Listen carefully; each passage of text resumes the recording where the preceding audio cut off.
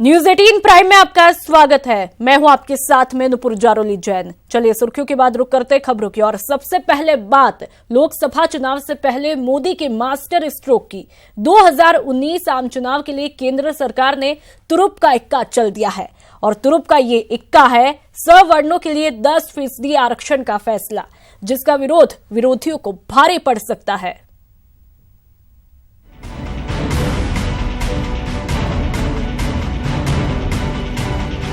दो 2019 की बिसात पर सबसे बड़ा दांव, सवर्णों के लिए 10% आरक्षण, संविधान संशोधन से निकलेगी राह।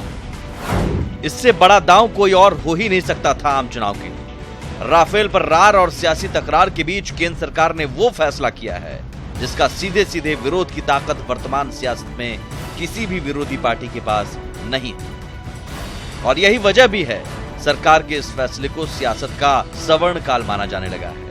सत्ता पक्ष के लोगों के लिए फैसला तो सबका साथ सबका विकास की अगली कड़ी है, जिसमें हर किसी को आर्थिक रूप से संबल होने का मौका मिलेगा। इसका सामान्य वर्ग आज श्री नरेंद्र मोदी जी का जय जयकार कर रहा है और पहले से वो मांग करता रहा है, कोई देने की हिम्मत नहीं कर रहा था।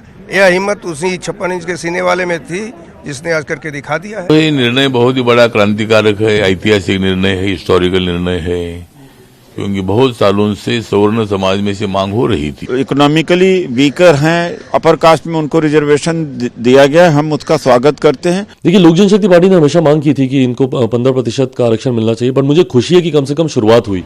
सत्ता में बैठे लोगों के लिए इस फैसले से बेहतर कोई और फैसला नहीं होने वाला था। हालांकि विरोधी घुमा फिरा कर इस फैसले को जुमला और ध्यान भटकाने वाला फैसला करार देने में तुले हैं। अपर कास्ट के गरीब लोगों को मदद मिलना जरूरी है।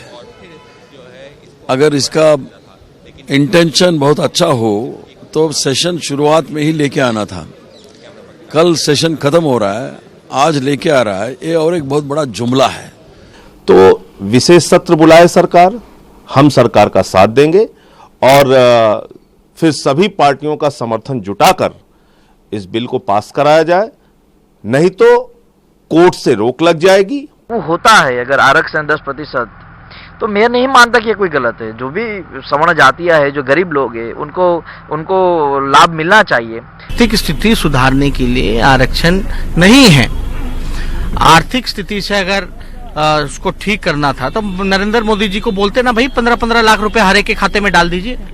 सरकार के इस फैसले को हम सियासत का सवर्णकाल क्यों कह रहे हैं, ये तो समझ लिया आपने। अब जरा ये समझ लीजिए किन सवर्णों को मिल सकता है आरक्षण का लाभ। आर्थिक रूप से कमजोर सवर्णों को मिलेगा आरक्षण, सरकारी नौकरियों और उच्च शिक्षा के क्षेत्र में मिलेगा आरक्षण, 8 लाख से कम सालाना आय वाले परिवार को मिलेगा आरक्षण।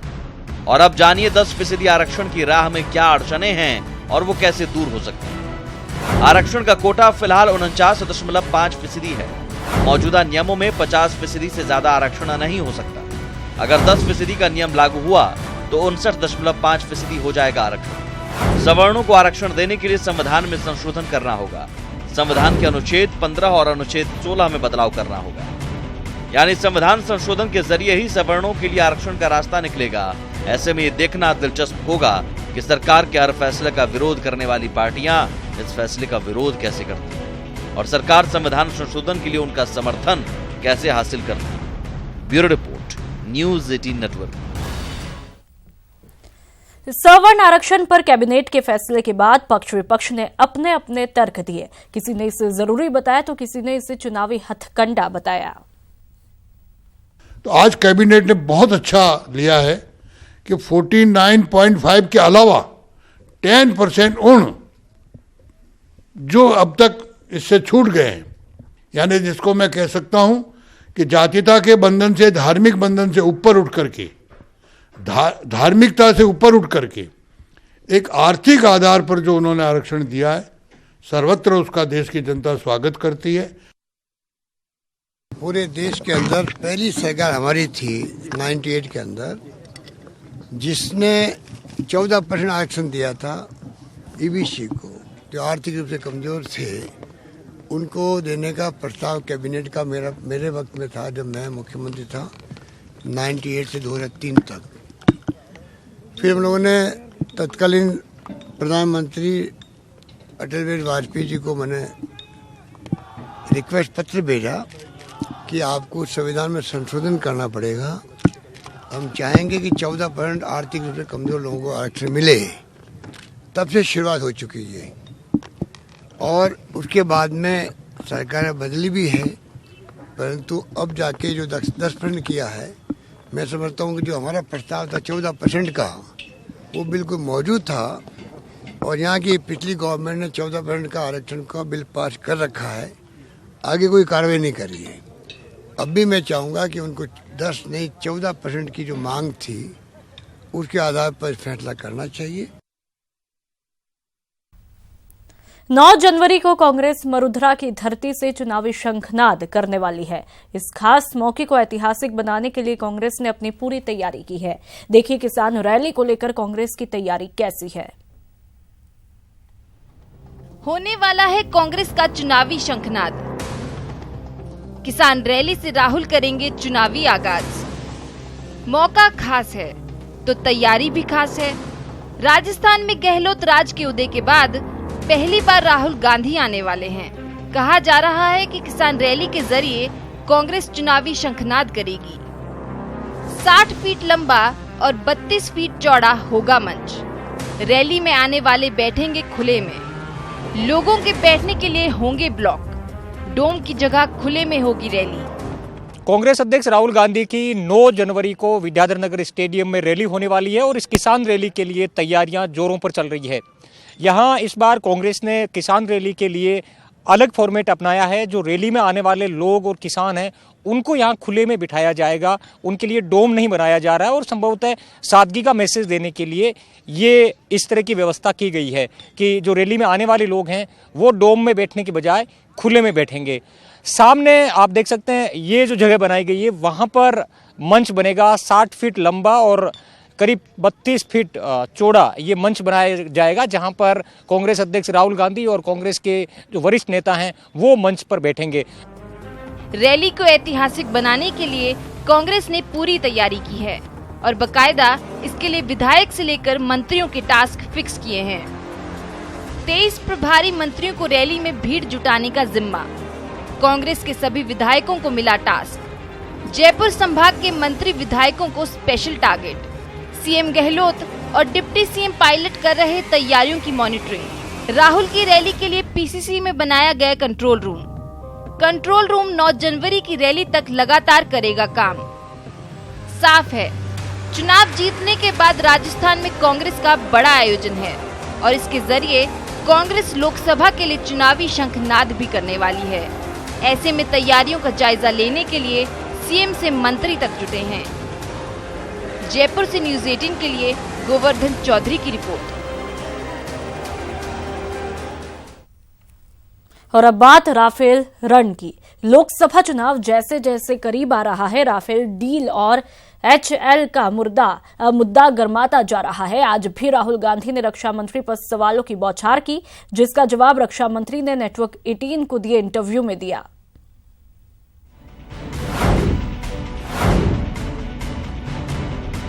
राफेल और हिंदुस्तान एरोनॉटिक्स लिमिटेड पर कांग्रेस और सरकार के बीच चल रही रस्साकसी के बीच रक्षा मंत्री ने लोकसभा में राहुल गांधी के सवालों के जवाब दिए ही साथ ही नेटवर्क 18 को दिए इंटरव्यू में भी राहुल गांधी को कटघरे में खड़ा किया। राहुल गांधी ने एचएएल को 1 लाख करोड़ रुपए देने के मामले में रक्षा मंत्री पर झूठ बोलने का आरोप लगाया, तो रक्षा मंत्री ने राहुल के आरोप को सिरे से नकार दिया। 1 लाख करोड़ रुपए एचएएल को इस सरकार ने दिए हैं। हमने उस बात को चैलेंज किया और आज उनके स्टेटमेंट में उन्होंने कहा कि 26,570 करोड़ रुपए एचएएल को दिए गए हैं। मतलब निर्मला सीतारमण जी ने पार्लियामेंट में डायरेक्ट झूठ बोला। The report carried the fact that in the house on the floor of Lok Sabha I have said these are in pipeline. And you accuse me of show me where the contractors are, some money gone. एक और सवाल में राहुल गांधी ने Rafale deal में विमानों की संख्या घटाने पर मोदी सरकार को कटघरे में खड़ा किया, जिस पर रक्षा मंत्री ने कांग्रेस की मंशा पर ही सवाल खड़े कर दिए। जब आपने बाईपास सर्जरी की 126 से 36 हवाई जहाज का कॉन्ट्रैक्ट बदला। क्या एयरफोर्स के सीनियर लोगों ने, डिफेंस मिनिस्ट्री के सीनियर लोगों ने आपके इंटरफेरेंस पर ऑब्जेक्शन किया था, हां या ना? The then finance minister, the then defense minister, everybody says, oh, Air Force wanted 126. Why have you reduced to 36? Air Force actually wanted something like 500 or 600 aircrafts. Why did they decide on 126 then? इस दौरान राहुल गांधी ने helicopter delivery देने के बावजूद HAL को पैसा ना देने का आरोप लगाया, तो रक्षा मंत्री ने राहुल को अगस्ता वेस्टलैंड के जरिए घेरा। डैसोल्ट कंपनी को 20,000 करोड़ रुपए हिंदुस्तान की सरकार ने पेमेंट दे दिया है। HAL कंपनी हवाई जहाज डिलीवर कर गई है, हेलीकॉप्टर्स डिलीवर कर दिए हैं, और 15,700 करोड़ रुपए उनका पैसा आप उनको नहीं दे रहे हो, उनका ड्यू है। Crocodile tears again. HAL, did they give the contract to HAL? Even Augusta Westland, why did they have to go there? Helicopters are being made by HAL, they could have made it for them. No. यहाँ PM से 15 minute की बहस की चुनौती के लिए भी रक्षा मंत्री ने राहुल गांधी की मंशा पर सवाल खड़े किए।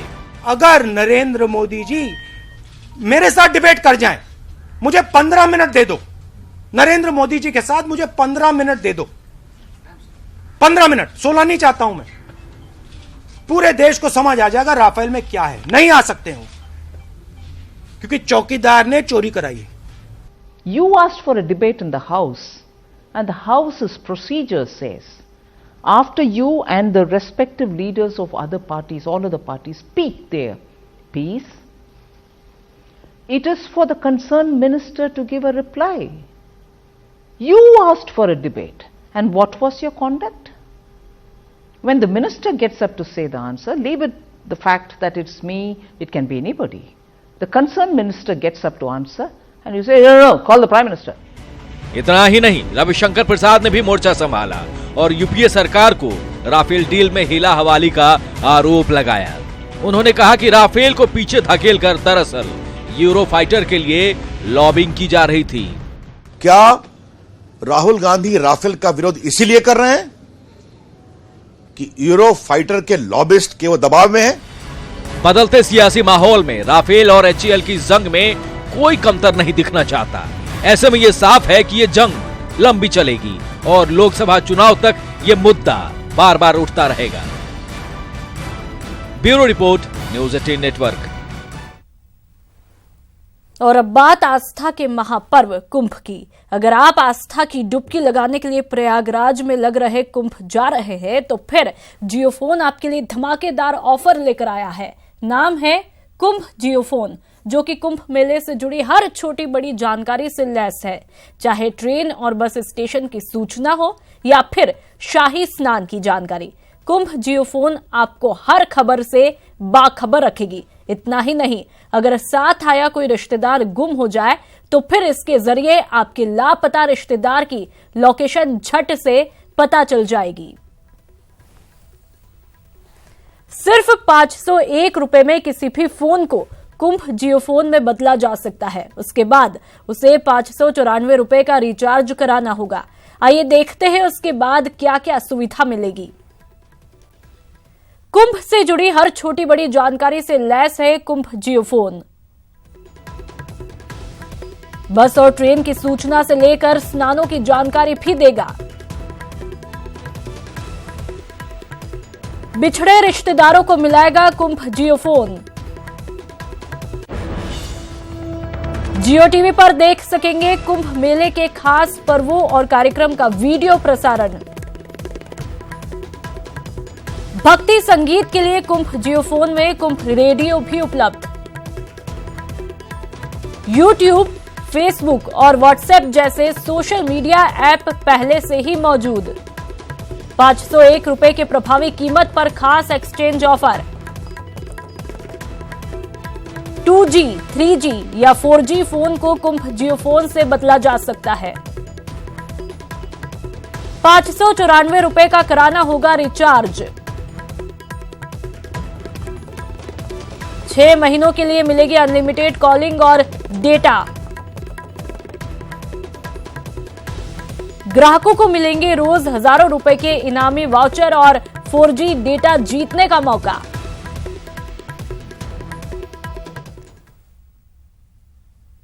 गुजरात के सूरत में चमत्कार हुआ है। चमत्कार भी ऐसा कि आंखों देखे यकीन ना हो।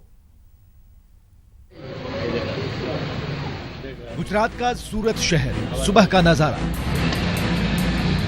सड़क पर चहल पहल कम और मंदिर में दर्शन पूजा के लिए लोगों का आना।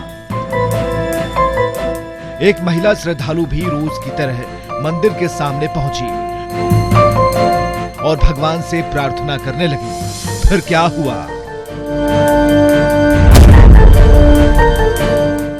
फिर से देखिए और अपनी आंखों पर विश्वास कीजिए। जी हां, भगवान से प्रार्थना कर रही इस महिला को कचरा ढोने वाली गाड़ी ने कुचल दिया। ड्राइवर गाड़ी को रिवर्स कर रहा था। उसे ना महिला के पीछे होने का पता था और ना महिला को गाड़ी के रिवर्स होने का। गाड़ी रिवर्स होते ही और महिला के गाड़ी के नीचे आते ही कोहराम मच गया। जिसने ये नजारा देखा गाड़ी की ओर दौड़ पड़ा। सबकी नजरें सिर्फ इस पर थीं कि महिला बची कि नहीं। लोग कुछ कर पाते इससे पहले पूरी गाड़ी महिला के ऊपर से निकल गई। जिसके बाद जो हुआ उसे देखकर लोग दंग रह गए। आंखों से ना देखा होता तो शायद उन्हें यकीन ना होता। मंदिर के सामने चमत्कार हो गया।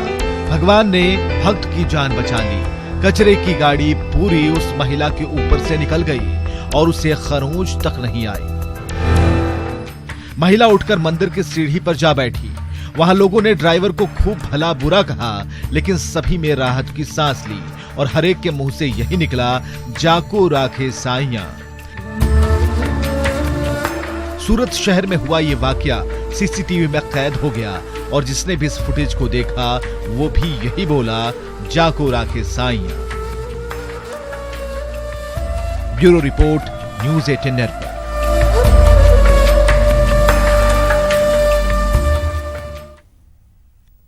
और इस बुलेटिन में फिलहाल इतना ही। नमस्कार।